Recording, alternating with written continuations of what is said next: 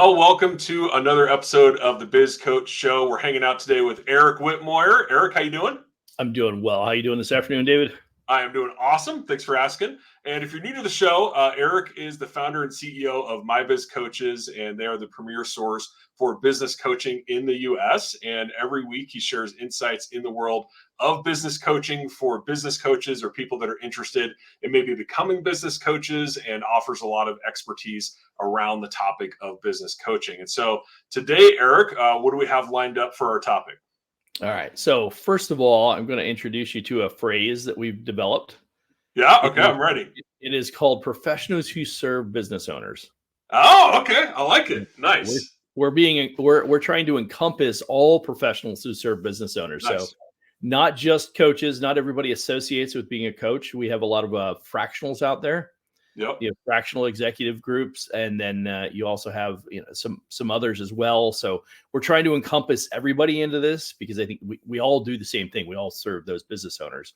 Nice. And regardless of which term you use, right, what skill set might be. So if you're a fractional CFO because you're an accounting background, or a fractional CO because you did a lot of operations, we all do the same thing. The reality is that we're just trying to collaborate more effectively. So Nice. That's our new term. Professionals who serve business owners. There you go. Awesome. Professionals who serve business owners. Got it. We'll add it to future shows. I dig it, man. That's awesome. Perfect. Cool. Well, yeah. What do you got lined up for us today? So we're going to talk about setting up your first coaching program. Okay. Yeah, and I know you guys offer quite a few different programs that fit different budgets and commitment levels and timeframes and all sorts of cool stuff. So I know you've got a lot of expertise in that. I'm sure you've seen what works and what doesn't work. So let's kind of dive into that. What's something that somebody should be thinking about if they're setting up their first program?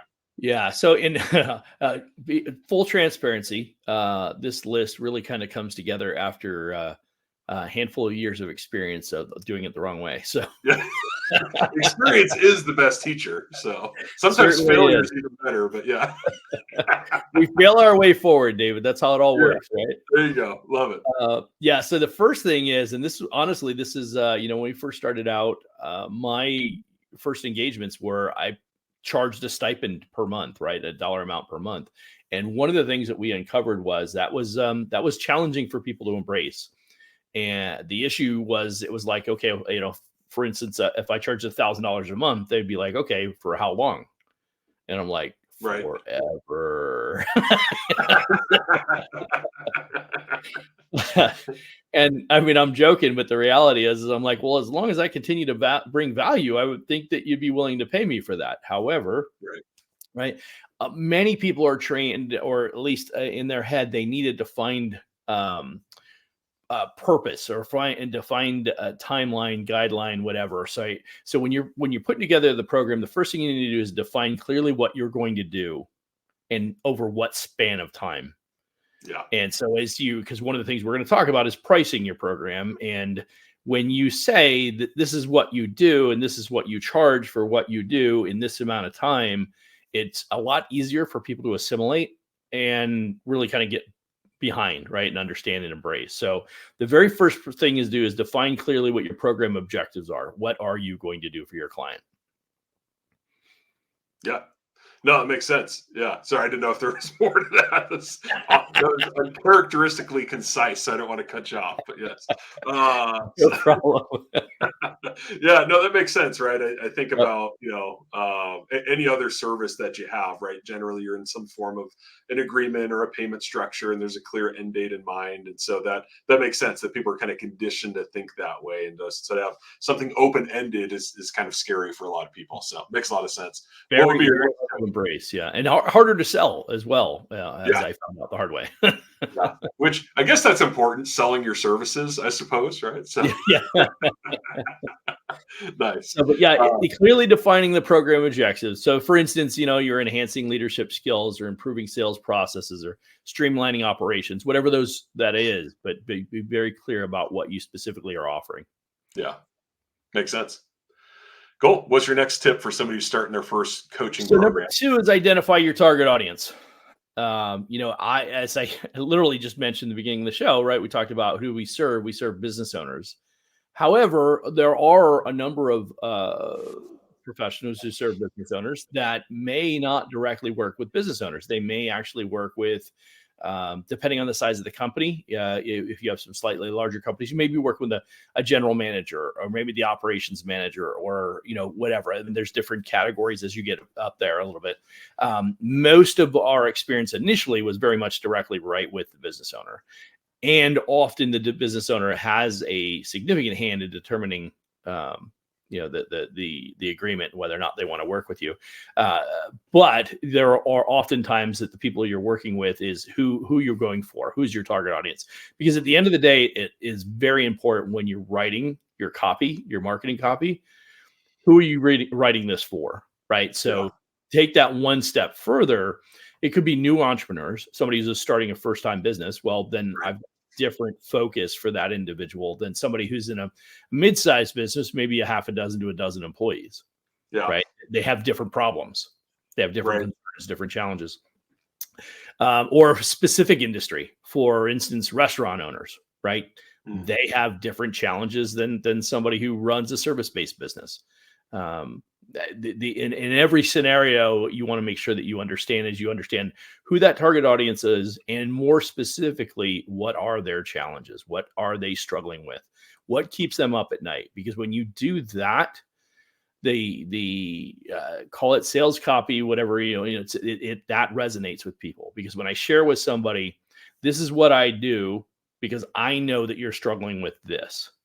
Right. Then now I'm talking your language. That's resonating with you. When I say to somebody who manages a remote team, like an HVAC company, right, where I've got 6 guys out there in vans and they're out driving around different locations, managing those people out in the field, making sure that they're efficient with their time and everything else that comes with that.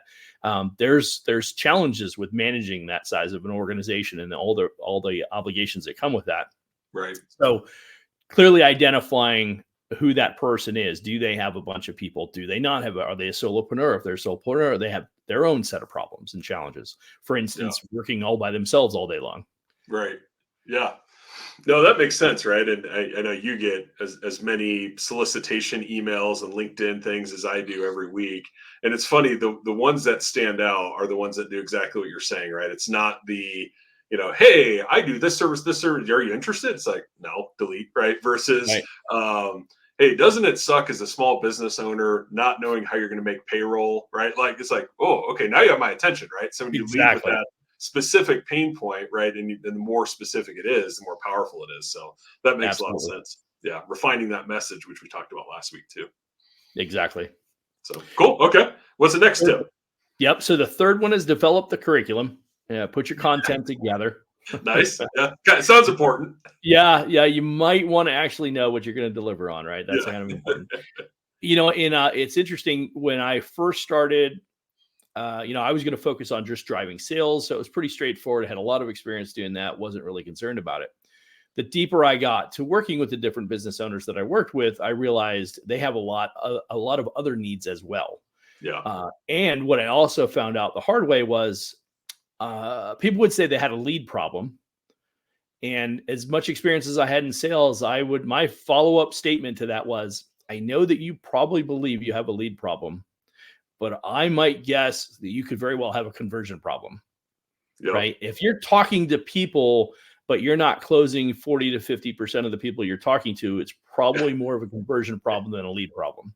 Yeah, right. For sure. Either you're talking to the wrong people or you don't have a good sales process, or the sales process is broken. Right. Yeah. And in those scenarios that's completely different. So my point being is that as you're developing your curriculum, you have to have, this is where we start. This is the meat of what we go through. This is kind of where we end. Right. And be clear about what that looks like. You make sure if it's strategic planning, you might have a sales and marketing efficiency, you might be financial management. So whatever topics that you're including in there, and then make sure that there's a good progressional sequence. Don't start at Z if you haven't done everything A through B or A through Y, right, or whatever that is.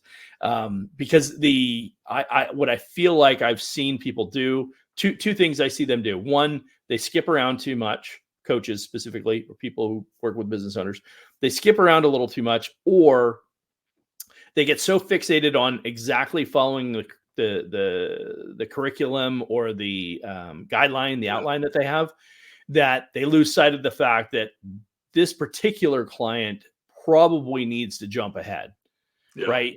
Having the emotional intelligence to recognize that this person gets this, right? I may have made this for the average business owner.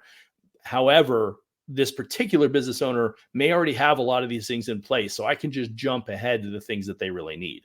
And I think that you do it your client a disservice if you start with the remedial stuff that they don't need. It's a quick way to lose an engagement with a client, quite honestly. It's a quick way to make sure you don't get an engagement. I've actually seen that firsthand. I had somebody come to me and say, hey, I've got this concern. I'm trying to figure out how to compensate my team. What do you recommend? And so I said, okay, well, what's your revenue look like? What's this? And we went through and asked a series of questions. I'd say I'd make a percentage of the revenue based on this. Typically you pay out, 30 to 40% in compensation. And I'm literally just rattling off the numbers. And in a 30-minute conversation over a scotch, I kind of outlined on a napkin what I would offer as a comp plan, right? For him to introduce to his team. And he's like, now, why couldn't the guy at such and such a franchise coaching company do that for me? Yeah. And I'm like, I don't know what happened? What was the deal? And he tried to ask me all these questions and, go all this. And I'm like, well, I said, it makes sense. I mean, I would want to know all that information about you so I can give you better insight and better feedback. But the reality is you identified your problem. You told me very clear what it was.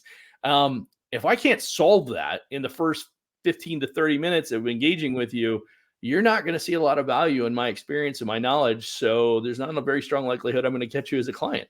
Right.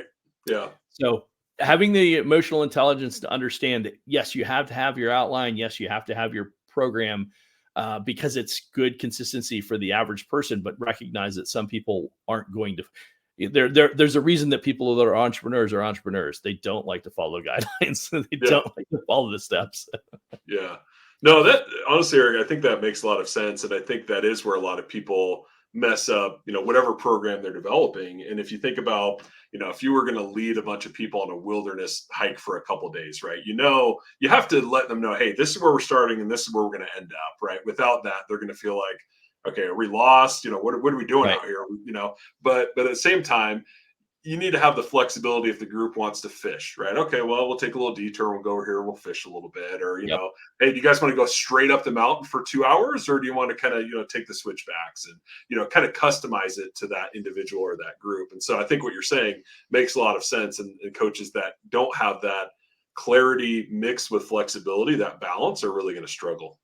Yeah, absolutely. Yeah. If you have to go through the steps, then there's only a certain group of clients you should be working with. Yeah. Yep. Agreed. Cool. Well, great tip. What's next? Number 4, choose the right format. Decide on your delivery method. If it's going to be an electronic delivery method, then so be it. There's not a ton of people don't want e-learning anymore. That it is, it's still a valuable tool for certain purposes. And I think that's the caveat there is to recognize what's the information you're sharing and what's the best way to disseminate it, right? Is it through some kind of electronic format, push it out and video content. And if you do, then make sure you disperse it. And David, you taught me this, break it down into bite-sized pieces because people will not watch a 40-minute video, right? Right. Break it into 3 to 5 minute segments. It can be the same 40 minutes broken down to 8 5-minute videos. And the likelihood of that being absorbed is much more likely, right? Yeah. But and a combination of content like that, along with interactive coaching where you can ask specific questions, is probably the best delivery method from my experience. Often when you think of we call it a VIP or a one-on-one coaching solution, most people think of it, I'm going to sit down and go through this with you. What I find in the beginning is there's a lot of directorial in the beginning of a relationship is a lot of me telling the client, this is what we should do. This is what we're going to do. This is what I recommend. Over time, the way the nature of the relationship should evolve would be, David, you saying, okay, well, I think we should do this. What are your thoughts? What are the things I'm missing? And this becomes more of a consultative conversation or a coaching solution than a directional coaching solution. Yeah. But you can't really do that with video content. But the video content can be the initial stuff, the basic stuff. If you're doing a lot of new startup information, real easy to deliver electronically. But when people will need to engage with the questions, I think it's important to incorporate something like that for that format. Yeah, that makes sense. As you were talking, Eric, I know you've done a lot of fitness, through martial arts, and you've done some powerlifting, bodybuilding, all sorts of things over the years.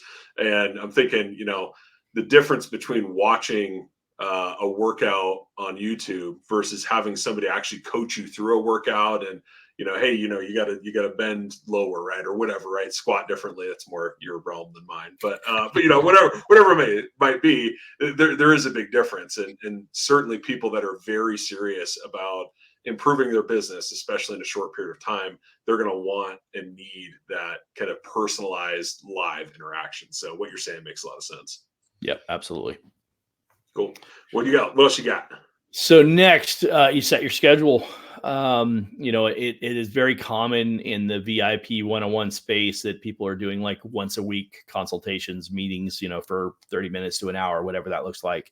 And that's what I would say in regards to that. Quite honestly, I'm going to say something that might sound blasphemous to those out there who are coaches. I think that that's good. It's a good start. I think that realistically, if I think back over my career, the time that we spent at our last organization, I think the one thing that stuck out to me daily. I don't think you could get better than doing something daily. Yeah. That's kind of unrealistic in the coaching environment, unless there's it's a kind of a unique scenario. I guess there could be, and maybe that's something I'm looking very hard at right now today as we speak. Is how do you deliver daily coaching? Because here's the problem. If I only meet with you once a week, David, I don't know what you're doing the other 6 days of the week that I'm not there. Yeah, right. Or that I'm not meeting with you. I don't know what you're going through. I don't know what decisions you're making. And I don't know what questions you have. I don't know what's going through your daily routine that you might be stuck on or stewing over or whatever it might be. And the reality is, even in a week, as you know, having managed a number of people over the years, a lot can change in a week. Right. Yeah. It's like even really. Exactly. Especially in the world like we were in retail.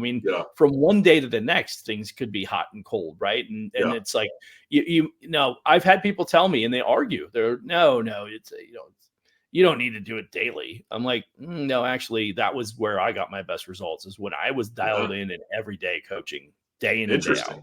Nice. So to that point, I really believe that if the coaching business, the coaching industry were really to evolve and find a way to touch base with their clients on a daily basis, I think we'd see even better results. Yeah. Wow. So, but that's like I said, that's something I'm working on. I've been stewing on that for the better part of a year now. I've got my ideas on how we can roll that out. But what I do believe is that it's no less than weekly, in my opinion. Yeah. Somebody that does monthly coaching, you know what? Okay, here's the way I see it. If you're a brand new business and you're just starting out, you need to be talking to me every day. Yeah. If you and I have been working together for a year and a half, you could probably just check in with me once a month, and we can have a completely different relationship in that regard. Yeah. Because now at this point, you know what you need to be doing. It's just checking in on a regular basis, just to make sure that you haven't forgotten something, just to make sure that you haven't lost touch on something. But I think that's a piece that evolves. And that's a lot of what we believe at My Biz Coaches. That's, I think, the opportunity for collaborative engagements. Yeah. Today I'm working with you because we're focused on sales. We work together for, 3, 6, 8 months, whatever it takes to get it up to certain speed, and things are clicking along and you're good on the sales and marketing side, but now you need more help on the finance side or the operations, the delivery or whatever. Right. Now you should probably be working with somebody who's a little bit more specialized in that. Yeah. Yeah. And I was thinking, as you said that, Eric, one of the things that I know you've talked about with some of your clients in the past is, once you get through the really kind of hands-on type of stuff over time, over a year or two, you start getting into more strategy, strategic planning, and you start looking at, really larger scale or acquisitions and those sorts of things. And that's where the dynamic of the coaching relationship changes. You always still need that coach, but what you're focused on and your goals evolve and are different now, right? It may take less time, but you still need to invest in coaching to make sure that you have that long-term strategy in place. So I think that's an important consideration too for people. Yeah, absolutely. And again, to that point, David, I don't need to be talking to you every day if you've got that level of development Yeah. and competency. Yeah. And typically, what I find is people when they're looking for a coach, they're stuck. Yeah. Well, it doesn't take a ton of time to get through that stuck point, for lack of a better term. And once they are, they may not necessarily need that. But my bet is during that point when they're stuck, daily engagement for weeks or months until you're well past that point, I think is the best way to move through it. And literally, like I said, I've been doing this almost 5 years now, and this past year has been that's really it's in my craw. I need to fix that because that's something that's I see as a significant opportunity in this space. Yeah, that's a big change, man. That's interesting. That's cool. Well, hey, I know Yeah, you've got more tips. Before we move on, though, I want to talk about two resources that you have available. One is your new newsletter. You want to share a yes, bit sir. about that with people? Yeah, the Biz Coach, Biz Coach Ed, Coach's Edge. Yeah, I can talk. Yeah, just launched that this morning. So excited about that new offering. This is specifically as we made the pivot at the beginning of the year to really focus more on helping those who work with professionals, professionals who work with business owners. Sorry, we are focused on helping them transform their coaching practices into a powerhouse of success. So our focus is to ensure that they have the resources, the tools. We're sharing all the experience and knowledge that we've gathered. And it's funny, I did my inaugural edition today, and in that I said, look, I'm not so bold as to suggest that I probably know more about coaching than you do. For any of the coaches out there that might read this, quite honestly, I've been doing it 5 years. If you've been doing it 20, you should have an up on me. Yeah. At the same time, we've done a lot in a short period of time, and I've got a lot of experience coming into this space, for 20 some odd years beforehand and having 15 different businesses. So I got a lot of insights from a lot of different perspectives. And I think that the important part here is the takeaway is that we've learned to work in a collaborative fashion. We bring people together when we need solutions. And so rather than I don't have to be the answer guy. I'm just the guy who's getting it started. I'm the guy trying to bring the orchestra together, and we're going to bring all the instruments in, and we're going to make sure that everybody plays their role at the exact time that they're supposed to play it. That's the best way I can describe that, and that's a huge opportunity for us. And I think that we can get people to get behind this. We've already got over 800 subscribers today, so I'm excited about that. Yeah, and then Eric, obviously, if somebody wants to become a coach, I know that you guys have some great resources around that too. So if you're interested in that, scan the QR code or head over to mybizcoaches.co/coach to learn more about business coaching, or just schedule some time with Eric or one of his coaches and learn more and see if coaching might be a fit for you. So with that, Eric, I know you got a few more tips for people that are creating their first coaching program. What else do you want to share today? So number 6 is build a strong coaching team. And this is where, this might deviate a little bit from what the traditional thoughts would be. I am a firm believer that coaching is best done as a team. And if you think about it, you think about your sports teams, you have, yes, you have the head coach, right? But you also have the offensive coordinator, you have the defensive coordinator, you have the strength and fitness guy, you have the diet guy, right? I mean, you got all the different people that play different roles. When I was a professional kickboxer, I had a boxing coach, I had a kicking coach, I had a dietitian, right? So it's like you have all these different people with these different specialties, and this kind of coincides with our belief that we know everyone needs a coach. We've heard that from many people, all the gurus that are out there. Everyone needs a coach. Everybody performs better when they're coached. In addition to that, we also believe, and I know, David, you can appreciate this in the martial arts, that anyone can be a coach, right? I'd mentioned this before on the show. When I was a white belt and I got promoted to yellow belt, the first thing my sensei had me doing was teaching white belt classes, because it entrenched the skill sets, right? It continued to and lock those in and put those into memory. And so one of the best ways to get better at this is to actually teach people what you know and what you're good at. So whether it's marketing or sales or operations or HR, whatever it is, those skill sets, if you're coaching those on a regular basis, you know them better than anybody, which makes you really valuable. And so, we know that everyone needs a coach. We know that, and we believe that anyone can coach. And we're best when people focus on what they're really good at. Yeah. So when that's done that way, and you have a good team around you, you can actually really see a significant improvement in the delivering of what people get, what the client gets, the experience they get. The depth of knowledge and understanding in this particular category. If an individual coach doesn't have it, but you have somebody in your back pocket, a resource that you can refer your client to, that becomes super valuable, right? Yeah. And so most importantly, what I'm trying to explain with this in having a team is I would say probably within the first 6 months of coaching, I began to reach out and meet as many people as I could. And I spent as much time building my network of people for referrals as I did finding new clients. Yeah. Because I wanted to have that resource when I got to a point, well, like, okay, this client needs this help and I'm not good enough at this.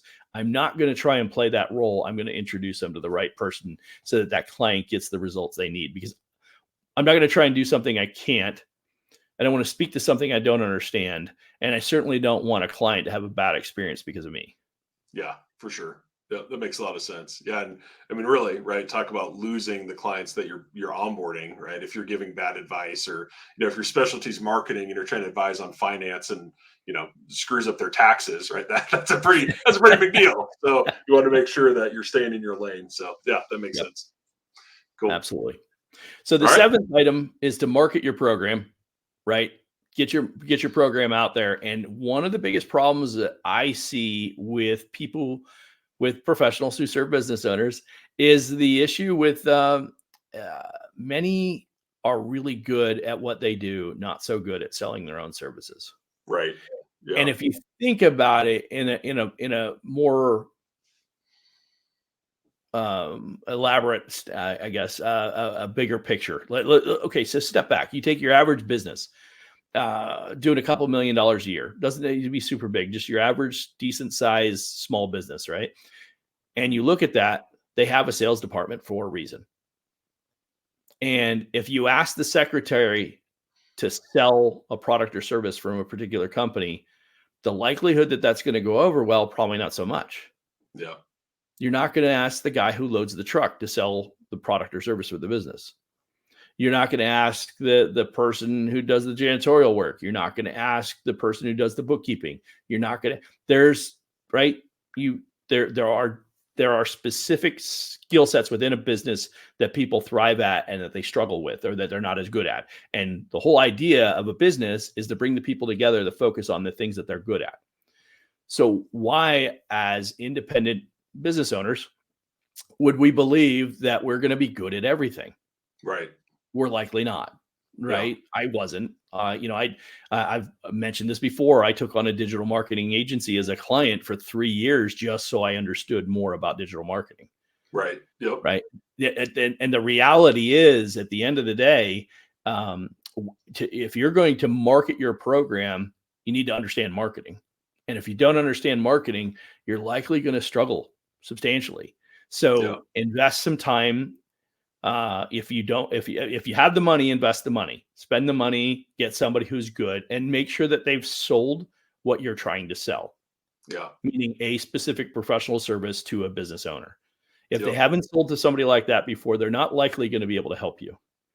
Right. These are all lessons that I learned the hard way. So I'm trying to really speaking from experience here. Yeah. Somebody could be really good at selling, products on Amazon. That doesn't mean that they know how to market a coaching service to a business owner. Yeah. completely different sales process, completely Right. different marketing strategy, right? So when you're marketing and selling your products and services or your coaching solutions, you need to recognize what all goes into that. And so some of the things that are important to make sure, is that have success stories and leverage those. Get your testimonials, show your case studies, right? Know your specifics of your, have the case studies of specific clients and what you're able to do for them, and share those in communication. And if this is not something you're good at, get help. Yeah. Because you will likely not be coaching very long if you don't know how to market your program or market your services. Yeah. Wise words, Eric. Wise words. Probably a few lessons learned the hard way in there too. So Just a few. Nice. Yeah, Okay, it's selling coaching services is not like selling cell phones. No. Yeah, a little bit different clientele, right? All right. So the next one's implement feedback mechanisms. And I think this kind of goes hand in hand with the marketing piece, right? In the sense that if you're new to coaching, one, you absolutely need to make sure you have a feedback program. You reviews on Google, sure, absolutely. But a true feedback program where people are going to give you honest insight as to how the program is working for them. And again, lesson learned, ask often, ask regularly, right? Yep. Because one of the challenges that we uncovered is that people, if you build a good relationship and you're good at maintaining a good personal relationship, people aren't going to come right out and say, "Hey, I'm really not feeling like I'm getting the value in this," Right. because they don't want to hurt your feelings. Yeah. Yeah. Until they start they get to the point where they're writing the check and that each month, and they're like, "Well, wait a minute."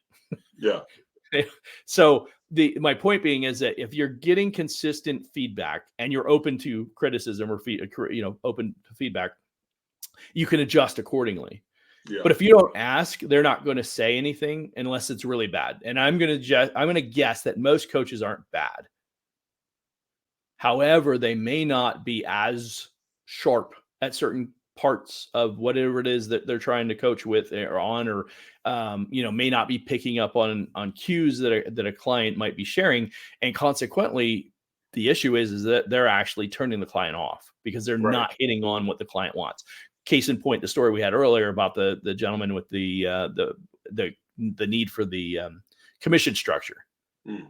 Right. To have missed that was his sole purpose for asking the question that he asked, right, would have negated the opportunity for me to work with that individual if I could not have picked up on the fact that that's what he wanted to hear, which is why he didn't go with the previous coach that he referenced.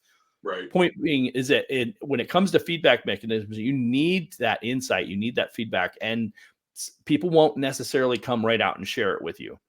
Yeah. So you have to draw it out of them. How else can I help you? What else could I help you with? What are some other things you're struggling with that I could help you with? And often they're going to say, you know what? No, I'm good. I'm good. It's not because they really think they're good. It's because they don't want to. They could be ego driven, right? It also could be, I don't want to feel like I'm a burden. Yeah. I've actually had clients that, they don't want to ask the question. They don't want to feel like they're a burden. And I'm like, I'm here. I'm serving you. If you have a challenge, I want to help solve that.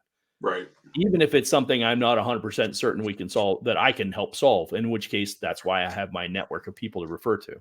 Yeah. Makes sense. Yeah, as you were saying, I'm glad you brought it up. Just that, the frequent checkpoints or check-ins with the client, because how bad would it be as a coach, right?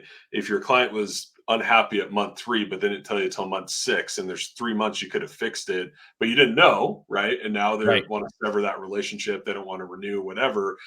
Versus, man, if I just asked a question or send a survey or whatever and gotten that feedback, I could have adjusted and potentially got more out of this client or continued longer with them and helped them more, serve them better. And a lot of people just don't have that foresight. So I think it's a great recommendation. Absolutely. Yeah. Awesome. Well, what's next? All right. So bringing it home, this next one is launch a pilot program. I think that this is also a lesson learned for me. You have a new idea. You're convinced it's going to be awesome and everybody's going to love it. before you go head first and launch a whole new, focus and everything like that, test it first. Yeah. You do probably know this better than I do, right? It's like New training programs and things like yeah, that. there's a lot of betas out there, right? You do a lot of Yeah. betas before you come out with it. Yeah. Yeah. So, yeah, before you roll out a new curriculum, before you roll out a new program, I mean, that's actually, some of the tweaking and twisting that you do in your program as you roll it out. It's literally, I think your first year in coaching, that is probably what you're doing a lot of anyway, Yeah. is, you're trying something, it lands, it doesn't land. I mean, it's going to depend on your clients. I mean, like for instance, my first client expected me to be in their facility. It was the way the relationship that I established with them, but they expected me to be in their facility. And I was for years. I was in their facility day in and day out with them, or many days in a row throughout the week. That continued for a number of years until the last couple of years, where we transitioned to more of a, I'll check in with you over the phone or through video or whatever. Yeah. But I didn't know how that would evolve, right? I just had to trust and go through it. But my point being is that as that played out, right, that was for that client. But then I have another client that is a hands-on a professional labor role, right? So that you got a plumbing company or an HVAC company or something like that. They're physically in the field all day. Yeah. They don't do Zoom calls. That's not their thing. And a Zoom call, although it makes sense for me, doesn't necessarily make sense for them, right? Yeah. Unless I want them to be on the phone walking around while they're doing whatever it is that they're doing, which we tried that. That doesn't work, right? So anyway, as you kind of put your program together, test it, try it with different clients, see how it goes. I mean, I'm giving some basic examples, but there's a lot of different scenarios that would kind of come together in that. What the process looks like. Anyway, test your ideas before you roll them out. Yeah. No, makes sense. Yeah, I have, it's funny you say that, right? Because in my experience, generally you're usually pretty close and you do some fine tuning, but occasionally, I mean, my experience has been, you think it's gonna be great, and then you roll it out and you find out, man, that really sucked. And maybe that's only 1 out of 10, but it hurts, right? But imagine Yeah. if you'd invested, money and resources and marketing into a program that sucked versus, getting some honest feedback from a test group or, some close friends or people, and, yeah, this one didn't hit the mark, right? And I think you need to be prepared for that. And it hurts, but man, better to do it and find out before you invest big into it. So totally.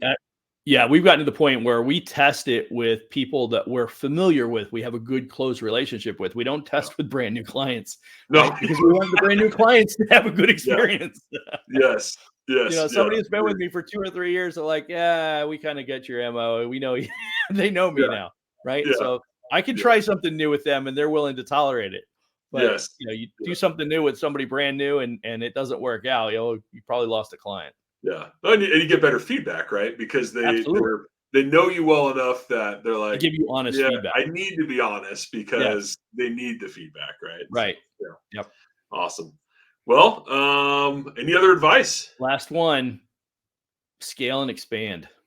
Okay. Yeah. Tell us more about that.